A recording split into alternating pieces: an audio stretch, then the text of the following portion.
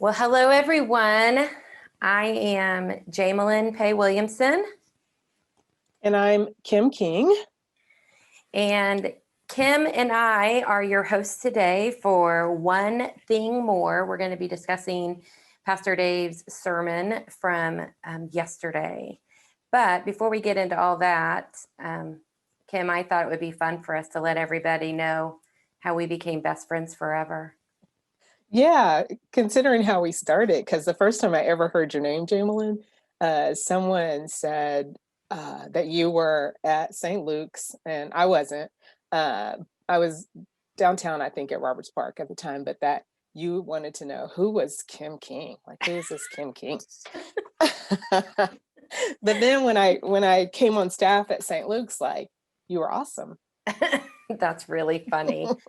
Well, I'm kind of a nosy Nelly anyway, so maybe that was what that was about.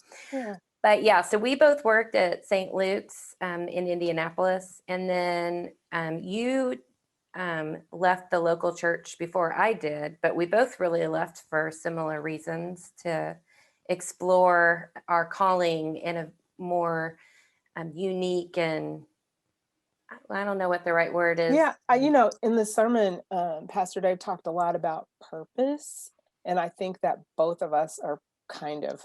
I'm a 7 on the Enneagram. I don't know. Oh, me too. No wonder. See, yeah, exactly. So we're Party always all like the time, flitting around, trying to find the next thing to do, right? Yeah. Because we do a thing and then we've done it, so we want to do something else. So that's right. Yeah, so I was needing to do something else, and I really became a pastor because I have a heart for mental health and mental wellness, and I think the church is a place where we can do the best work around mental wellness. And so I I think got in a more narrow lane and decided to leave the local church and really focus most of my ministry life on private practice and teaching. I resonated with what Dave was saying about purpose too, because, I knew I wanted to do something in missions. I didn't really understand how someone does that for a full-time job necessarily, like when I was in seminary. And so it was exciting for me when I think I kept feeling myself getting closer to what I actually felt like my purpose was, little by little. And I'm thankful that I had patience to wait that out and let it be revealed. But to be able to go from, doing all things associate pastor at a church to doing outreach missions, to then realizing with even in that role, I wanted something a little more defined.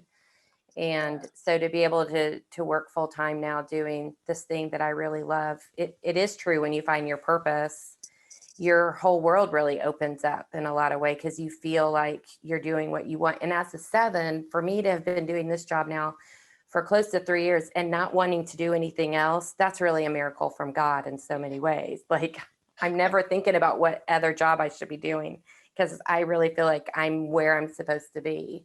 Absolutely. And I think a lot of people spend a lot of time sort of looking for their purpose, but I feel exactly the same way. Like, I could do the work I do all the time. Like, I shouldn't, but I could, because I think I'm right in my sweet spot. Yeah. And what I noticed from what you said is, like, all the things that you did prepared you for the thing that is your sort of ultimate calling, at least for now. Yeah, for sure. Yeah. Something that you said earlier when we were chatting was, and I wrote it down because it was kind of an aha for me. Okay. But you said, when we aren't clear about our purpose, we grab at really anything that may not be true. Can you say a little bit more about that? Yeah, I think when you're trying to figure out what your purpose is and you're not clear about that, and you don't take time to do some discernment about that, that any next thing can look like the thing, and you get caught up in that, and then you maybe try it and you realize it's not the thing, and then you're disappointed. Yeah. And so, yeah, I think that you got to get some clarity around your purpose. Especially if you feel like you're kind of grasping at straws, if you're just not really sure what it is you're supposed to be doing. I think sometimes it makes us more impulsive. Mm-hmm. And so, like you said, we're just going to try whatever, because really we're so unhappy in what we're doing, that you get into the next thing that you were you didn't know for sure for what it was, but then once you're in it, you're like, well, now what do I do? I mean, it's kind of in a way, I wonder when Dave was talking about being in the garden, you know, it was very clear what Adam and Eve were supposed to do and weren't supposed to do. And yet their purpose still seemed a little unclear to them or cloudy, or they were still tempted to see what else was out there. Yeah, it's like the one, when you say don't do that, it's like the one thing humans want Don't to date do. that boy, right? What you gonna It's do? like, I got to learn that lesson on my own, even though somebody else has already learned it and is trying to impart it to you. I Usually that's know. how we do our best learning. Yeah, it's so hard. Um, one of the things Dave talked about too was this idea of boundaries. So, they were given this understanding about where they could go, what they could do, what they could eat, what they couldn't. They didn't really worry about all the details, even about like if they were dressed or not. That wasn't even an issue until they got outside the boundaries, and then they realized they were naked. In your line of work, I'm sure you spend a lot of time talking to people about boundaries. Yeah. It it makes me feel a little bit better that we've never been able to like really create, develop, and hold a healthy boundary. Like, I mean, they had trouble with it from the beginning. There was really only one thing that they couldn't do. They could do all they had to remember was the one thing, right? Because everything else was available. It's just the one thing. But yeah, so unhealthy boundaries and breach boundaries, I think, are the gateway to sinful behavior, because we push a boundary and then it gets easier to push it, and then we've breached it and we find ourselves in trouble. And I think people do have a hard time setting healthy boundaries because we don't know how to say no. What if Adam and Eve had just said, no, sorry, we're not interested in the tree? Yeah. We wouldn't be having this conversation. Do you think Eve was a example of our first major people pleaser? That's a great question. That's She a was great the question. first one. I mean, I think a lot of times I will have conversations with people, and because I have spent a lot of time with you, and you've done a really good job with helping me with boundaries. Um, and someone will say, well, but what if they decide to do this even though they should have done that? And I'm always like, but that was their decision. It can't disrupt my whole entire life Not at because of all. a bad decision. And you know what the person says when I say that? Why are What? you so mean? I'm like, I'm not mean. You're I'm not just, mean. but You're that's why people struggle with It boundaries. is because you're differentiated, right? Like, you know that Jamalyn's over there and Kim's over here, and that's good. Like, we're not supposed to like be all fused together. I know. I think when it's hard for parents too, like as your kids get older, like watching my kids make bad decisions, like they're not hurting themselves, but Right. they're things that they have to go through in life. And having this boundary where I'm like, ah, I want to course correct them, but they're not going to learn if I'm always behind them saying, "Oh, I don't know about that." Like I understand you have to get lost a little to finally figure it out, but man, it's really hard. It is hard. I think it was hard for God in the garden. One of the parts of the sermon that I really love is that they didn't lose their relationship. Like, they lost some of their privileges, but they never lost their relationship. And that's like with your kids, like Yeah, you're waiting to help them when after they make the mistake, right? I know. I You're there for wanted them. that part of the sermon was like where my heart just like swelled big time because I thought, you know, it's so hard to articulate to people who maybe are new to faith Mhm. to help them understand, like, look at this. These were God's people that God created, Yes.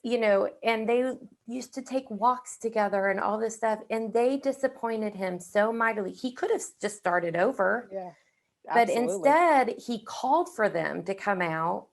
I mean, it's if you think about all the stuff that we do in our own life where, we don't put others first, where we really try and make ourselves our own God, all of those things. And yet God's still saying, who told you to hide? Who Right. told you to Yeah. go back there? I still love you. I still love you. And I'm we're gonna put gonna some clothes on you. we're gonna do a little bit different. Like I'm gonna help you pack your bag. Yeah, But I'm gonna be with you on the yeah. walk. Yeah. Yeah. I'm gonna need you to put a robe on, and then we're gonna talk about this. Yeah, exactly. Yeah, I know. Exactly. Yeah. So I think about that, and the grace. At this part in the Old Testament, we have no idea what's coming. Mm-mm. Down the road, the sacrifices that God will continue to do to make sure that we come out of hiding. And it, Yeah. you Isn't know, that, I mean, that is amazing. And it's that part, I think, McNall talks about it in the book some, how ridiculously crazy the whole idea is that God could love us so much I know. that God is always calling us to God and always forgiving us and always course correcting us. Um, Well, and Dave had one sentence about our bestie, Brene Brown. oh, yeah. And, Brene Brown, for those who don't know, she does amazing work on shame. And this idea of not allowing the sin to define who we are, Mhm. like the sin was a mistake. It was something that out of impulse, whatever it was. Yeah. But she has this quote that I love that says, when we do something that makes us really upset, we tend to say, well, I'm so stupid for doing that thing. And she likes to encourage people to say, you're not stupid. That thing you did was stupid, but Yeah. you're not stupid. And that's what happens sometimes for people. I think when we do live by rules too much and we just let that define us, is that when you step outside of the lines, then all of a sudden you're not worthy. Like the shame becomes your identity instead of God creating you being the identity. Yeah. And it takes a lot of vulnerability to say, I did a bad thing, right? I'm not bad, but I did this thing that I realized I shouldn't have done. And guilt is a good thing. Like we should feel guilty when we do a thing that's not the thing we should be doing, but we shouldn't internalize that as, making us deficient in some way, because God doesn't make us deficient in any way. Well, and it's the thing that protects us too. Mhm. Hopefully, if you have started doing something that's disruptive to who you are, the guilt will help you maybe stop doing that thing that could ultimately be really dangerous or something. But you said the V word, the vulnerable, and I think a lot of times when people um, are unable to be vulnerable, that's where a lot of sin will come out of, Mhm. because someone may spend so much time trying to protect who they are, their ego, that they'd rather be right than Mhm. be respectful, or they'd rather, not say, I don't know. And so instead they lash out, they hurt others, they do things to hurt themselves because the idea of being vulnerable is just way too much for them Yeah. to handle. Yeah. It's like the hiding, right? The Yeah. hiding in the garden. It's like we know we've done this thing and we just want to isolate ourselves and not participate in community and relationship with you, God. Um, I wonder like what kind of conversations they have with each other, because that's not really a part of the story either. Adam and Like, Eve. uh-huh. Yeah. I wonder how much finger pointing was going on. Probably quite a bit from what we do know, right? Yeah. Yeah. Um, well, and that's, our first relationship, Mhm. that we know about. In some ways, I mean, I'm sorry that they went through all this, but it sure does make you feel a lot better, doesn't it? A lot more human, like, Yeah. and I think the beautiful thing is that it is it's behavior, right? It's sinful behavior. It's not like we're not sin filled. I think No. sometimes we participate in sinful behavior. um What I think is fascinating too is how, even at an early age, children start to understand this. Like I remember Margaret when she was like 2 or something, we could not find her anywhere in our house. I mean, and we lived on a farm on a corner of a pretty busy road. And so, of course, I'm scared to death. Something has happened. We are looking everywhere in the house, yelling her name, cannot find her anywhere. And we found her in our garage. We were having a birthday party for Nathan that day. So there was lots of people coming in and out. And we found her in the garage, kind of over in a corner because she'd had an accident in her pants. And like she was embarrassed and scared that we were going to be upset, you know, and this is the hard part of being a young mom and a theologian at the same time, that in my mind, I was like, well, isn't that interesting? Well, you're being like Adam and Eve, you know, like, instead of saying, let's get you cleaned up, you know, I'm like, right. We should do an exegetical paper on this, Margaret, and really get what do you think's happening? What do you think is happening? Yeah. But it does point to how early we do sort of internalize like that, you know, that wrong and right rules, right? Yeah, exactly. Like somewhere she had picked up that wasn't acceptable and that she couldn't come to you guys and share that in that moment. You know, your house is full of people. Yeah. So Dave has been sharing a lot of Walter Brueggemann with us. But I did really like this quote. I wanted to ask you your thought about it as we start to wrap up. The quote was, and Brueggemann's wisdom is to point out that all three hang together. Any two without the third is a diminishment of life. Without purpose, we flounder. Without liberty, we wither. Without boundary, we destroy. Yeah, I like Brueggemann too. And I think that's just another like thing about God that, you know, makes me just like stand in awe that God sort of weaves us together and weaves these fundamental truths together, and that when we're not participating fully, that there's more of a chance for us to sort of get off track. Yeah. You know, so we have freedom to discern and choose a purpose, but we also need to participate in community within some limits. There are limits, you know, like we don't live in a no limits kind of world. Even I'm not talking about our culture. I'm talking about God didn't create us to do that. Right. Well, and I think too, with the limits comes a reverence to understand that we didn't create ourselves. We were created to be in community with God and with one another. And in that process, to understand what our boundaries are and what freedoms we've been given. And so, you know, I think it can be really hard to wrap your mind around, especially, you know, I'm so glad in a lot of ways when I listen to Margaret as a freshman talking to her friends about, you know, they're so accepting of everyone being who they are, what they like, all this kind of thing. And so that's really wonderful. At the same time, I don't want them to think they're creating themselves as something new. Yeah. You know what I mean? Yeah, like, I really want them to understand that they are who they are because they were created that way, not because they get to recreate who they are.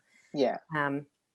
But that's a whole other podcast conversation. Yeah, but we'll do another one.